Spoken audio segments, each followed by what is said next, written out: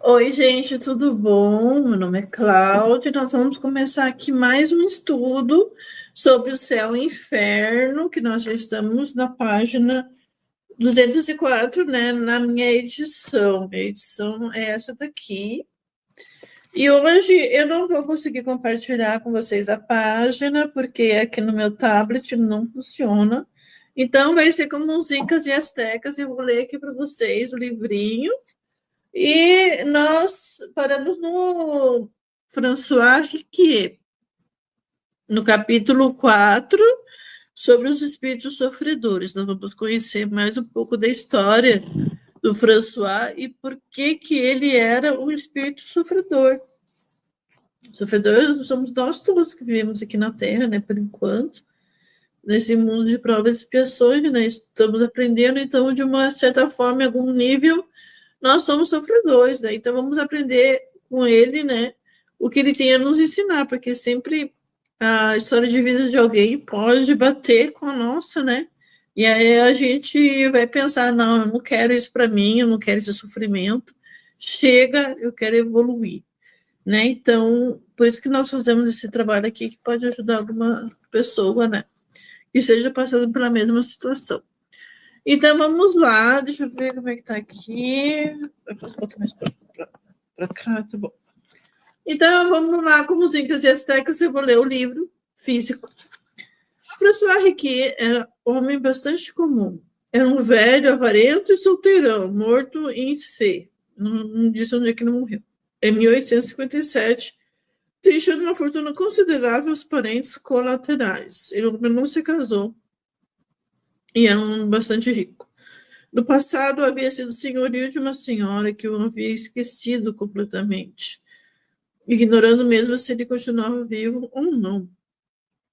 Em 1862, a filha dessa senhora, que era sujeita a crises de catalepsia, seguidas por sono magnético e espontâneo, e que era, por outro lado, muito boa média escrevente, viu, em seu sono o senhor Riquier, que, dizia ela, desejava falar com sua mãe. Passados alguns dias, uma vez que seu espírito se manifestara espontaneamente e testemunhara o desejo de falar a essa senhora, entretiveram com ele a seguinte conversação: o que desejais de nós? Meu dinheiro. Olha só, ele pensava no dinheiro dele, do qual se apossaram os miseráveis para dividi-lo entre si. Ele ficou com ciúmes do dinheiro que ele deixou. Olha só a preocupação dele. Meu Deus. Venderam minhas fazendas, minhas casas, tudo, para repartirem o dinheiro obtido. Dilapidaram meus bens como se não me pertencessem. Exigi que se me faça justiça, porque a mim eles não escutam, e não desejo ver mais aqueles infames. Então ele ficou furioso com o que aconteceu com ele, o que ele deixou. Não pertencia mais a ele, ele não estava mais na terra, mas ele estava preocupado com isso, né? Para você ver o apego aos bens terrestres. Eles dizem que são usurários e se apossaram do meu dinheiro. Por que não me querem devolver se acham que foi ganho de forma ilícita? Mas aí a média respondeu: mas estáis morto, meu senhor, prezado senhor. Não tens mais necessidade de dinheiro. Pedi a Deus que vos conceda uma nova existência na pobreza, a fim de espiar a avareza desta última. Mas ele não vê assim, né?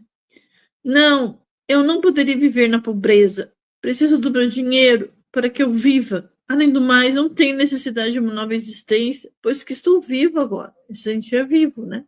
Mas preso aos bens terrenos. Olha que sofrimento, né? A próxima pergunta foi feita com o objetivo de trazê-lo à realidade. Sofreis? Provavelmente, né? Mas sim, sofro torturas piores do que as mais cruel das doenças, pois é minha alma que sofre tais torturas. Tenho sempre presente em meu pensamento a iniquidade de minha vida, que foi objeto de escândalo para muitos. Sei muito bem que sou miserável, indigno de piedade. Eu sofro tanto que preciso que me ajudem a sair dessa condição miserável. Aí ele se deu conta, né, do estado, como é que ele estava. Oraremos por vós.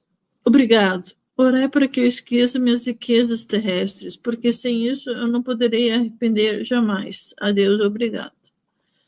François Riquier, Rue de la Charité.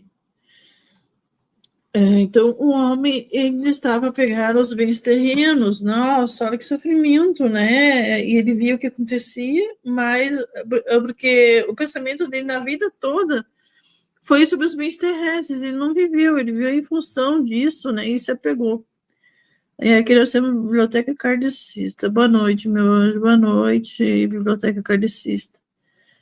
Obrigada pela presença. Então, o espírito ficou ainda com aquela coisa na cabeça, né? Olha o que estão fazendo com meus bens, né? Que ele cuidou tanto, né? A vida toda, se preocupou tanto com isso, e agora era uma tortura ver o que tinha acontecido com os bens dele, né? Ele não viveu. É muito interessante ver que esse espírito deu o seu endereço, como se ainda estivesse vivo. A senhora que o ignorava apressou-se em ir verificá-lo e ficou surpresa ao constatar que era o último em que o senhor Riquier habitara. E assim, após 5 anos, ele não se reconhecia morto e achava-se ainda na ansiedade, terrível para um avaro, de ver seus bens repartidos entre os herdeiros. A evocação, provocada sem dúvida por um bom espírito, teve como consequência fazê-lo compreender a sua atual condição e predispô-lo ao arrependimento, né, a se dar conta do que estava acontecendo com ele. E a mudar o pensamento, né? Não focar só nos bens terrenos, focar no futuro, né, no reino dos céus, né, na vida após a morte, na vida espiritual, que é a nossa verdadeira vida, se preparar para isso, né? E os bens terrenos, eles têm a sua utilidade, claro, né? Mas a gente não deve viver em função deles. Aí nós vamos aqui para Claire, Sociedade de Paris, 1861. O espírito que ditou as comunicações a seguir é de uma mulher que o médium conhecera quando viva, e cuja conduta e caráter justificam plenamente os tormentos que ela sofre. Além do mais, era dominada por um sentimento exacerbado de egoísmo e orgulho, que se reflete na terceira comunicação, por sua pretensão de querer que o médium se ocupe dela, né? Fique só em função dela. Toda pessoa egoísta, né, é assim, quer a atenção toda para ela, né? Normalmente tem um transtorno de personalidade narcisista, né? Quer que a gente fique só preocupado com os problemas dela, com o sofrimento dela, né? Ela que sofre mais, ela que necessita mais de atenção. E isso vai lá para o outro lado, né? A pessoa vai com as mesmas características, aí ela vê uma médium, né, que é escuta, então ela quer a atenção toda da médium. Essas comunicações foram obtidas em diversas épocas. As 3 últimas denotam um sensível progresso nas disposições do espírito, graças aos cuidados do médium, que trabalharam em sua educação moral. Eis-me aqui eu, a infeliz Clara. Que queres que eu te diga? A resignação e a esperança não são mais que palavras para aquele que sabe que, incontáveis como as pedras da saraivada, seus sofrimentos perdurarão na sucessão interminável dos séculos. Posso amenizá-los, dizeis? Que palavras vazias! Onde encontrar a coragem e esperança para tal? Trata, pois, cérebro limitado de compreender o que é um dia que nunca termina. Ele é um dia, um ano, um século. Que sei eu? Para você ver a ignorância do espírito, né? Se as horas não o dividem, as estações não o fazem variar. Eterno e lento como a água que escorre do rochedo, esse dia execrando, esse dia maldito, pesa sobre mim como um chumbo. Eu sofro. Mas claro, né, eu não desenvolver outras qualidades. Nada vejo ao meu redor, senão sombras silenciosas e indiferentes. Sofro. Sei, todavia, que acima de toda essa miséria reina Deus, o Pai, o Senhor. Ela ainda tem algum conhecimento, né? Aquele para o qual tudo se encaminha. Quero pensar nele, quero implorar a ele. Debato-me e me arrasto, como o estropiado que se arrasta ao longo do caminho.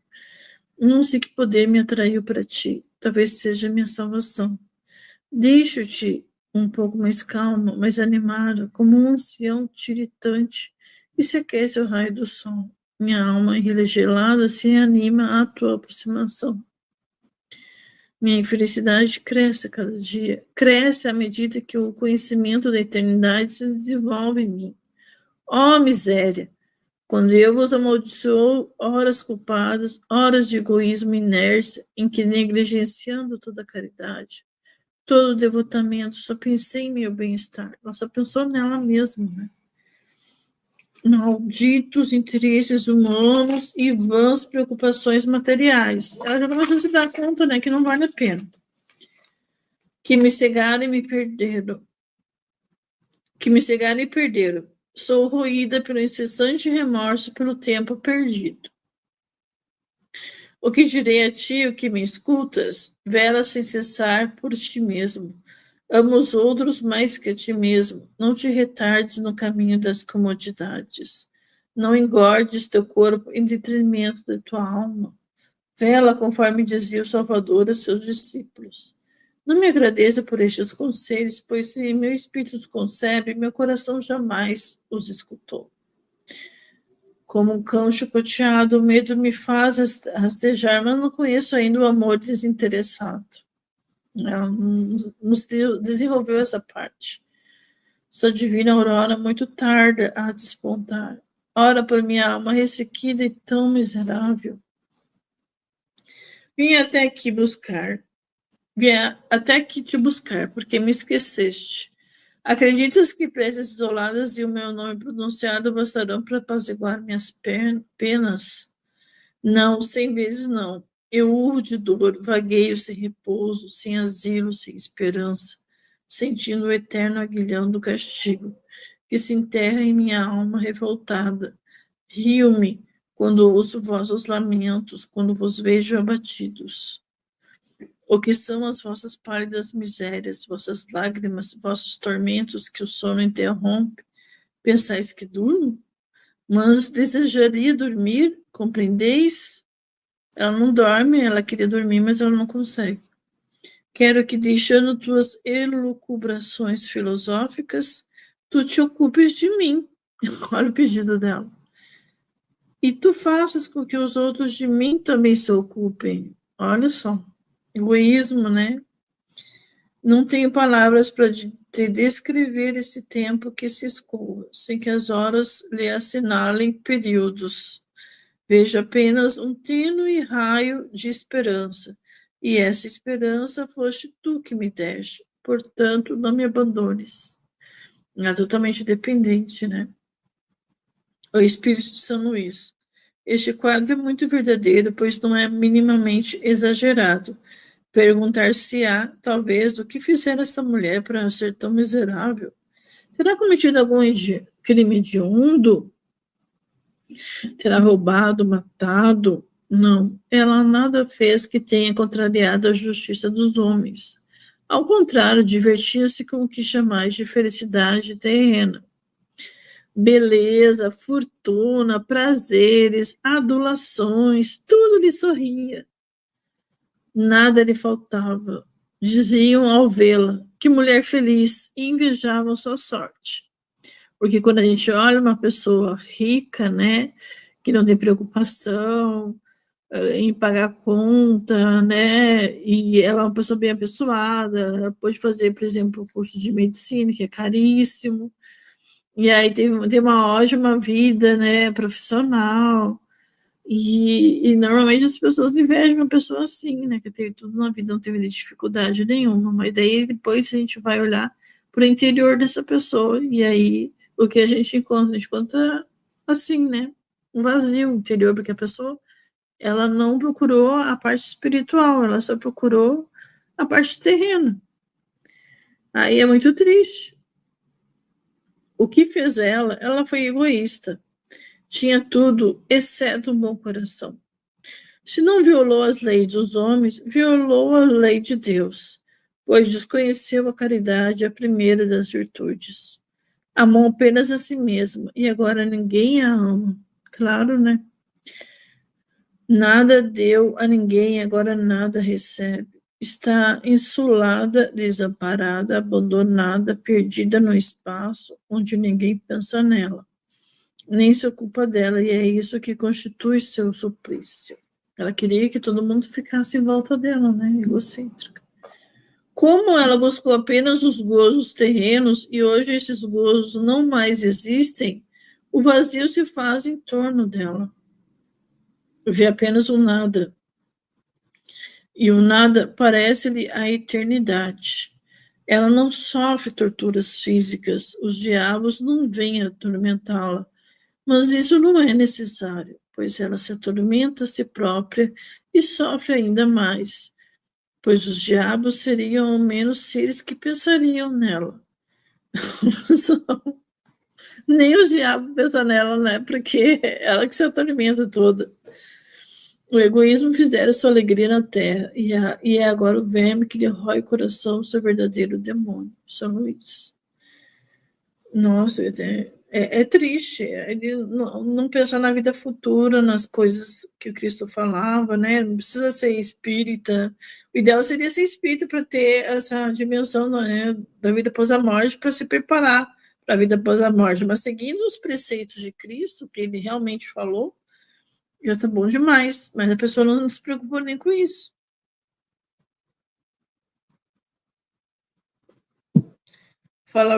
Falar-vos-ei sobre a diferença importante que existe entre a moral divina e a moral humana.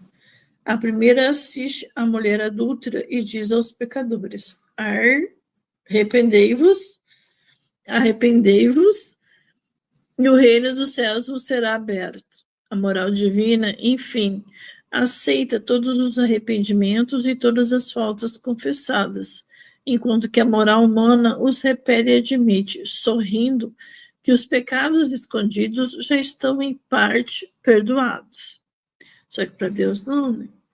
Quer dizer, para Deus ele está vendo ali, né, o interior da pessoa. Ela não demonstra aquilo, né, mas Deus está vendo. Cabe a uma a graça do perdão e a outra a hipocrisia. Escolhei espíritos ávidos pela verdade.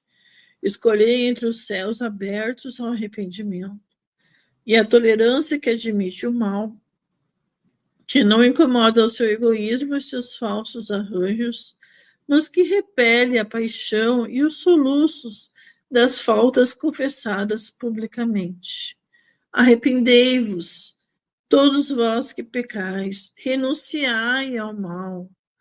Não, sobretudo, renunciai à hipocrisia que vela a feiura da máscara sorridente, enganadora das conveniências mútuas. Estou agora calma e resignada à expiação das faltas que cometi.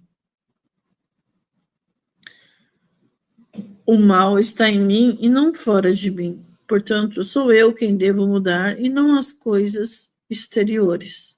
Trazemos em nós mesmos nosso céu e nosso inferno, né? Nós mesmos fazemos nosso céu e nosso inferno.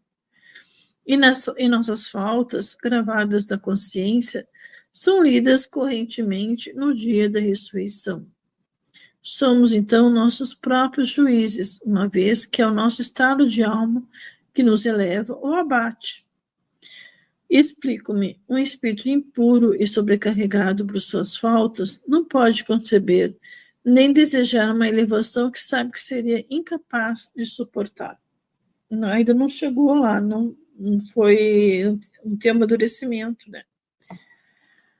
Compreendei. Da mesma maneira que as diferentes espécies de seres vivem cada qual na esfera que lhes é própria, os espíritos, de acordo com o grau do seu adiantamento, movem-se no meio próprio às suas faculdades, e não concebe outro a não ser quando o progresso, instrumento da lenta transformação das almas, lhes subtrai as tendências rasteiras, despojando-os da crisálida do pecado, para que possam adejar, antes de se lançarem rápidos como flechas para o fim único almejado. Deus, arrasta-me ainda, mas não odeio mais e posso conceber a inefável aventura do amor divino, prossigo orando por mim, que espero e aguardo, né? O arrependimento das faltas cometidas, né? De não fazer o bem, deixar de fazer o bem e só se preocupar com as questões terrenas, ser uma pessoa fútil, né? Que vai prejudicar só ela lá na vida futura. Na comunicação abaixo, Claire fala de seu marido, que muito fizera sofrer quando vivo, e da posição em que ele se encontra atualmente no mundo dos espíritos. Esse quadro, que por si mesma ela não pode completar, será completado pelo guia espiritual do médium. Então, é o guia que falou para ela. Venho até ti, que me deixaste por tanto tempo no esquecimento. Mas adquiri a paciência e não estou mais desesperada. Pode saber qual é a situação do pobre Félix? Ele vagueia nas trevas, entregue a profunda nudez de sua alma. Seu ser superficial e liviano, aviltado pelos prazeres, sempre ignorou o amor e a amizade. Nem mesmo a paixão alumiou seus vislumbres sombrios. Compara o seu estado presente ao de uma criança incapaz dos atos da vida e privado do socorro daqueles que o assistem. Félix vaga aterrorizado neste mundo estranho, onde tudo resplandece com o brilho desse Deus que ele sempre negou.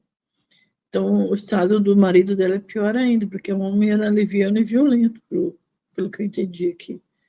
O guia do médium. Claire não pôde continuar a análise dos sofrimentos do seu marido sem senti-los também. Falarei por ela.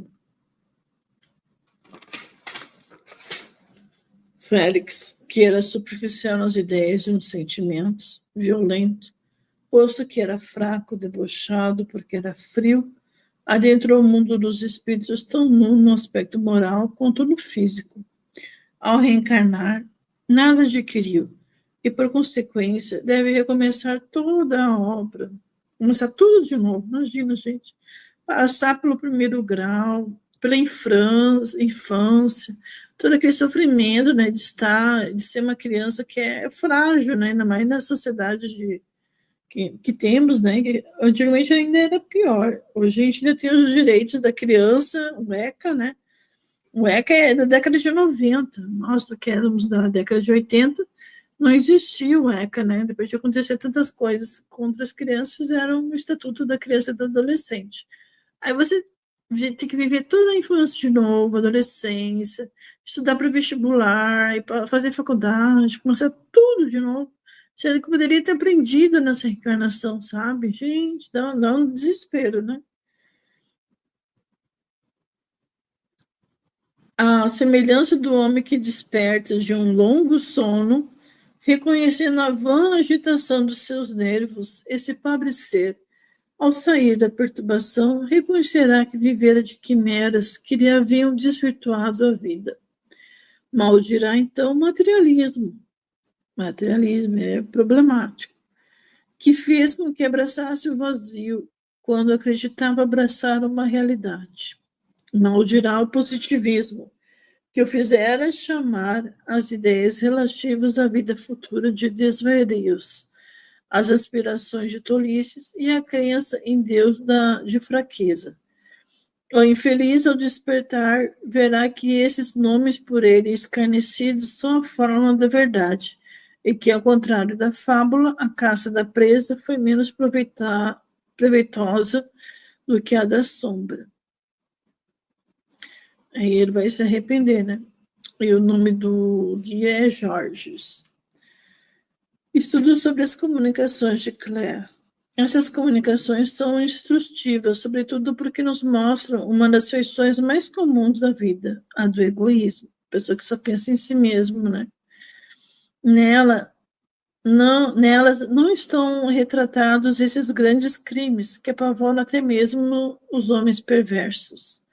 Mas a condição de uma multidão de pessoas que vivem no mundo, honradas e veneradas, porque têm um certo verniz e porque não caíram sobre a vindita das leis sociais.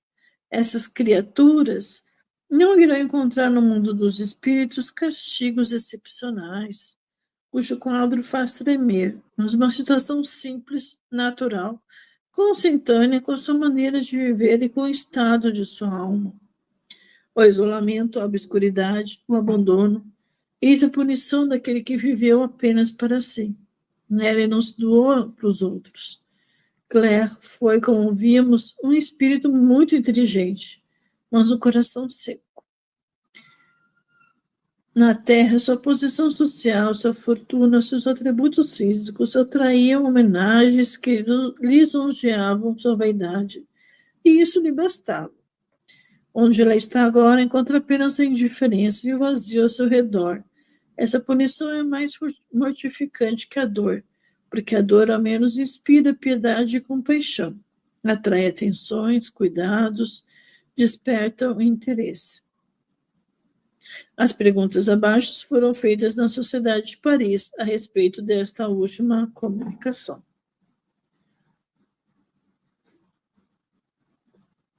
Então, aqui vai continuar. O que aconteceu com o espírito de Claire? O espírito de Claire fala de trevas nas quais se encontra o espírito de seu marido. Muitos espíritos já mencionaram essas trevas que envolvem algumas almas sofredoras. Seriam as mesmas trevas de que falam as escrituras do Evangelho, quando diz: os maus serão lançados nas trevas, no negro abismo. Como se produzem essas trevas, uma vez que no mundo dos espíritos não há as mesmas causas que na Terra, de alterações de luz e de claridade? Esse castigo se aplica especialmente a determinadas faltas, e neste caso, a que faltas? As trevas em questão são, em realidade, as que são mencionadas por Jesus e pelos profetas, ao se referirem ao castigo dos maus. Era uma alegoria destinada a ferir os sentidos de seus contemporâneos, que não seriam capazes de compreender a punição de maneira espiritual.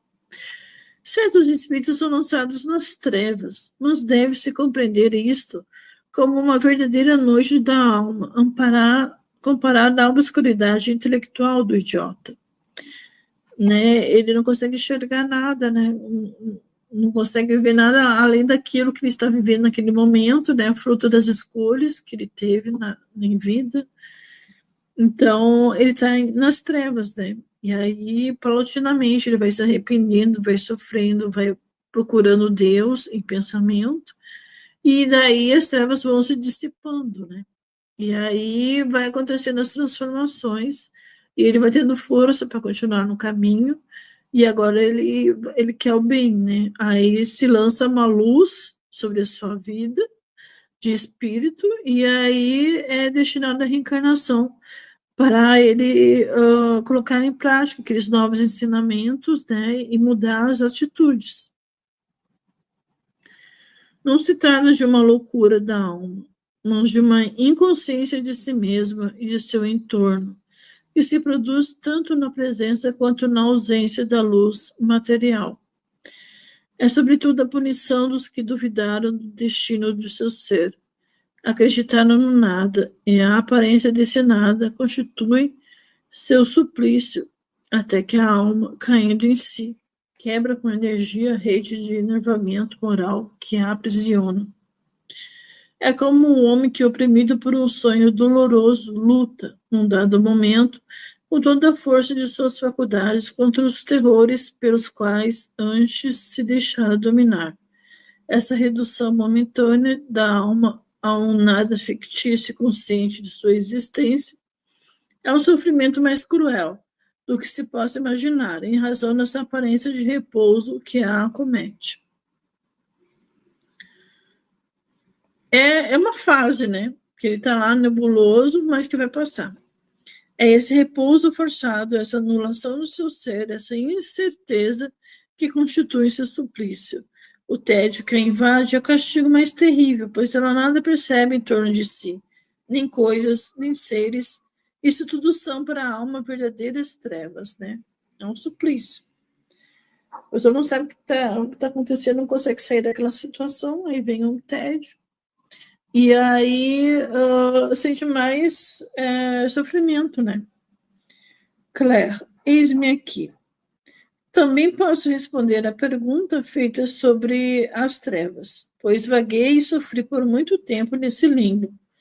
onde só há soluços e miséria. Sim, as trevas visíveis de que falam as Escrituras existem, e os infelizes que, depois das provas terrenas, deixam a vida, ignorantes e culpados, são lançados na fria região, ignorantes de si mesmo e de seu destino, acreditando que a situação em que se encontram é eterna.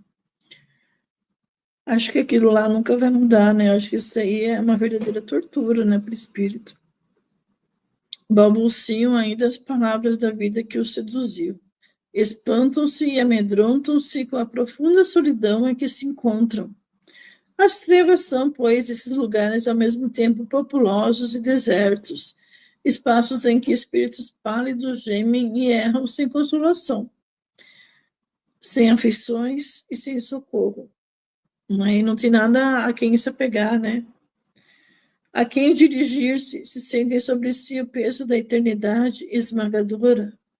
Aí é nessa hora que a pessoa tem que, ela acaba se forçando a olhar para Deus, né? A procurar a luz. Tremem e lastimam os interesses mesquinhos que marcaram o compasso de suas horas. Lamento a ausência da noite, que, sucedendo ao dia, muitas vezes os levava num sonho feliz ao esquecimento de suas preocupações. Então, é o tempo todo trevas. Imagina, é como viver lá na Finlândia, né? Que a maior parte do tempo, no inverno, né? São poucas horas de sol e a maioria é breu, né? Porque eles estão mais lá no Polo Norte. As trevas por espírito são a ignorância, o vazio e o horror do desconhecido. Não posso continuar. Aí elas sofrem nesse mundo aí de trevas, que é uma passagem, né, para ela sair, né, de onde se encontra, precisa passar por essa questão aí. A sexta comunicação inclui uma ideia perfeitamente verdadeira, por explicar a obstinação de certos espíritos no mal. É de espantar a maneira como são insensíveis à ideia, ao próprio espetáculo da felicidade que gozam os bons espíritos. Encontram-se exatamente na posição de homens degradados, que se deleitam na sujeira e nos prazeres grosseiros e sensuais. O lugar em que se encontram é, de certa maneira, seu ambiente. Não consegue conceber os prazeres delicados. Prefere seus trapos sujos às vestes limpas e brilhantes, porque nelas sente-se mais à vontade. Prefere suas bacanais aos prazeres da boa companhia. Identificaram-se de tal modo com esse tipo de vida que este se tornou uma segunda natureza para eles. Acreditam-se mesmo incapazes de se elevar acima da esfera em que se encontram, e é por isso que nela permanecem, até que uma transformação do seu ser abra sua inteligência, desenvolvendo neles o senso moral, tornando-os acessíveis às sensações mais sutis. Né? A partir do sofrimento, da necessidade de mudar, vem forte. Esses espíritos, quando desencarnados, não pode adquirir instantaneamente a delicadeza do sentimento, e durante um tempo mais ou menos longo ocuparão o submundo espiritual, como ocuparam o do mundo corpóreo. Aí permanecerão enquanto forem rebeldes ao progresso, enquanto não se arrependerem totalmente. Mas, ao longo prazo, com as experiências, tribulações, as misérias das encarnações sucessivas, chegará o momento em que conceberão algo melhor do que o tiveram até então. Aí, depois de tanto levar na cabeça, de todos os perrengues, né? Aí sim, a pessoa toma atento. Então, suas aspirações se elevarão, começarão a compreender o que lhes falta e se esforçarão por adquiri-lo e elevar-se, né? Depois de ir lá no fundo do poço. Uma vez tendo entrado nessa senda, eles caminharão com rapidez, porque terão provado de uma satisfação que lhes parecerá bem mais elevada em comparação com as outras, que não passavam de sensações grosseiras e que acabam por lhes inspirar em repugnância. Depois que eles verem como é bom, né, viver mais leve, eles não vão querer mais aquela outra vida. As relações estabelecidas pelo Espiritismo entre os homens e os espíritos possibilitaram perceber que os espíritos desencarnados se emendam mais rapidamente sob a influência dos conselhos salutares dos encarnados, como se pode observar na cura das obsessões. Essa diferença conduz naturalmente à seguinte questão: como explicar que a educação moral dos espíritos desencarnados seja mais fácil do que a dos encarnados? Sociedade de Paris, que vai responder. O encarnado, por sua própria natureza, encontra-se num estado de luta incessante, em razão dos elementos contrários de que se compõe, e que deve conduzi-lo ao seu fim providencial, reagindo reciprocamente. A matéria sofre facilmente a dominação de um fluido exterior. Encarnado, a gente tem mais coisa, né, para pensar. Se a alma, com todo o poder moral de que é capaz, não reagir, deixar-se-á dominar por intermédio do seu corpo, seguindo o impulso das influências perversas que a cercam, e isso com uma facilidade tanto maior quanto os invisíveis que a pressionem ataquem de preferência esses pontos mais vulneráveis, as tendências de sua paixão dominante. Aí ele vai estar cheio de espíritos obsessores, né? Ele vai estar entretido nessa questão e não consegue, né, enxergar outra coisa além disso. Para o espírito desencarnado, a situação é completamente diferente. Encontra-se ainda, é verdade, sob uma influência semi-material, mas que não se compara, por seu estado, à do encarnado. O respeito humano, tão preponderante para o homem, inexiste para ele, e só esse pensamento basta para compeli-lo a não resistir por muito tempo às razões que seu próprio interesse aponta como boas. Então, não tem um freio, né? Ele pode lutar e ele o faz geralmente com mais violência do que o encarnado, porque é mais livre. Mas nenhuma cogitação mesquinha de interesse material nem de posição social lhe pode entravar o raciocínio. Luta por amor ao mal, mas não tarda a adquirir os sentimentos de impotência em face à superioridade moral que o domina. A perspectiva de um futuro melhor tem mais acesso sobre o desencarnado, por se reconhecer na mesma vida em que se deve completar esse futuro. Então ele sabe que ele está morto, que não é um espírito, e que a verdadeira vida é lá na espiritualidade. E essa perspectiva não se turva pelo turbilhão dos prazeres humanos. Em uma palavra, o fato de não estar mais sob a influência da carne é que facilita a conversão, principalmente quando se adquiriu um certo desenvolvimento a partir das provas sofridas. Um espírito inteiramente primitivo estaria pouco acessível ao raciocínio, o que é diferente no caso daquele que já tem experiência de vida, já está pouco acordado para essas questões. Além disso, tanto no caso do encarnado quanto do desencarnado, é sobre a alma, é pelo sentimento que é necessário atuar. Toda ação material pode suspender momentaneamente os sofrimentos do homem vicioso, mas ela não é capaz de destruir o princípio mórbido que há na alma, né? Através da educação que vai mudando esse princípio. Todo e qualquer ato que não visa aperfeiçoar a alma não poderá desviá-la do mal. São Luís. Então, o sofrimento da pessoa egoísta e vazia, que ela só se preocupou com as questões materiais em vida, não queria saber de outra coisa. Então, ela vai para o mundo espiritual e vai ficar num estado que se chama trevoso, né, digamos assim. Ela vai viver na penumbra e sem afeto, sem ninguém, sem o corpo, né, para lhe entreter, só consigo mesma. E aí ela começa a repensar nas suas atitudes, e aí, depois de tanto sofrimento, ela vai começar a elevar o seu pensamento e a não querer mais viver daquela forma, né? E vai repensar o seu mundo na materialidade, que se apegar muito aos bens terrenos não leva a nada, né? Faz a gente perder a vida, né? E chega lá na vida espiritual completamente despreparado, e aí começa o verdadeiro sofrimento, né? Então, nós terminamos esse capítulo, gente, olha só. Capítulo 4, terminamos, e agora nós vamos começar um capítulo bem complicadinho, né? Não posso falar essa palavra aqui, né?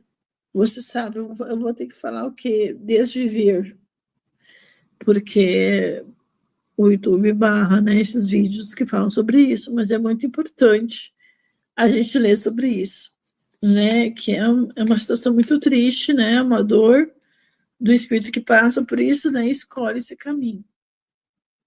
Nós vamos ler nossa próxima live sobre as pessoas que se desvivem, e vai ser bem interessante, gente. Espero que na próxima vez eu consiga voltar lá pelo StreamYard e eu consiga compartilhar o PDF, senão continuamos aqui no modo dos Incas e Aztecas, tá bom? Então, gente, uma boa noite, bom descanso, pense sobre esses espíritos que sofreram porque foram materialistas, e vamos começar a nos apegar dos bens terrenos e a procurar aquilo que alimenta a nossa alma, porque é isso que vai fazer com que a vida após a morte não seja tão difícil, né? Se a gente trilhar o caminho do bem, mesmo sofrendo, porque a gente está aqui para aprender e, inevitavelmente, nós vamos ter esse sofrimento, né? Não temos como fugir disso, das encrencas. E quando a gente bem sofrer lá na vida após a morte, a gente vai ver o tanto que nós amadurecemos, que nós crescemos, que não fomos fúteis, né? A gente viveu a vida do jeito que tem que ser, do jeito que Jesus quer, que Deus quer, do jeito que Jesus mostrou, né? E que Deus quer. Então é isso, gente. Confie em seus espíritos guardiões, nos seus mentores, eleve seus pensamentos a Jesus, rezem, façam o evangelho no lar e procurem evoluir sempre. É isso, muito obrigada e até a nossa próxima live. Tchau, tchau.